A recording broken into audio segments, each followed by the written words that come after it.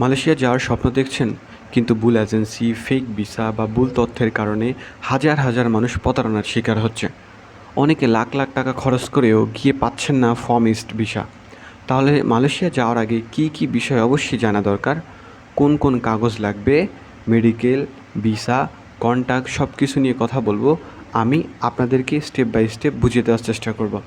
তাই ভিডিওটি স্কিপ না করে দেখার জন্য অনুরোধ রইল। আসসালামু আলাইকুম সবাইকে। আজকের ভিডিওতে আমি কথা বলার চেষ্টা করব মালয়েশিয়া যাওয়ার আগে কিভাবে প্রপার প্রিপারেশন নিতে হবে।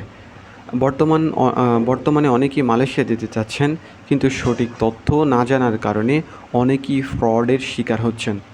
তাই যাওয়ার আগে কিছু গুরুত্বপূর্ণ বিষয় অবশ্যই জানা দরকার। সবার আগে বলি, এজেন্সি অবশ্যই ভেরিফাইড হতে হবে।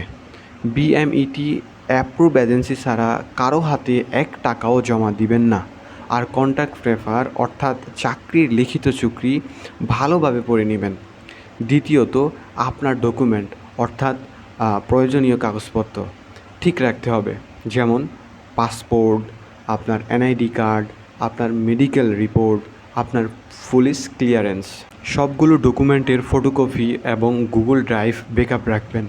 এখন আসি মেডিকেল টেস্ট নিয়ে। মালয়েশিয়া যাওয়ার আগে স্বাস্থ্য পরীক্ষা করা বাধ্যতামূলক, যেমন রক্ত পরীক্ষা, এক্স রে, ড্রাগ টেস্ট করা হয়। ফিট না হলে ভিসা আটকে যেতে পারে।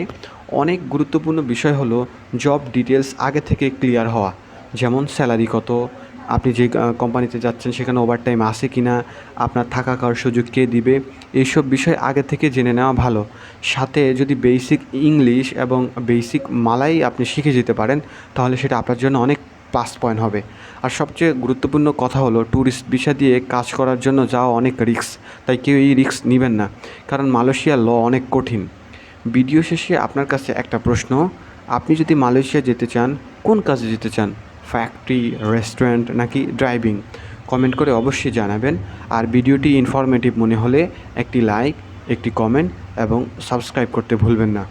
আর আপনার বন্ধুদের সাথে ভিডিওটি অবশ্যই শেয়ার করবেন যারা মালয়েশিয়া যাওয়ার পরিকল্পনা করতেছে। মালয়েশিয়ার খবর ছাড়াও আপনি বিশ্বের যে কোনো খবর আমার এই চ্যানেলের মধ্যে পেয়ে যাবেন। তাই এই চ্যানেলের সঙ্গে থাকার জন্য অনুরোধ করা যাচ্ছে। দেখা হচ্ছে পরবর্তী কোনো ভিডিওতে। ততক্ষণ ভালো থাকবেন, সুস্থ থাকবেন। আসসালামু আলাইকুম।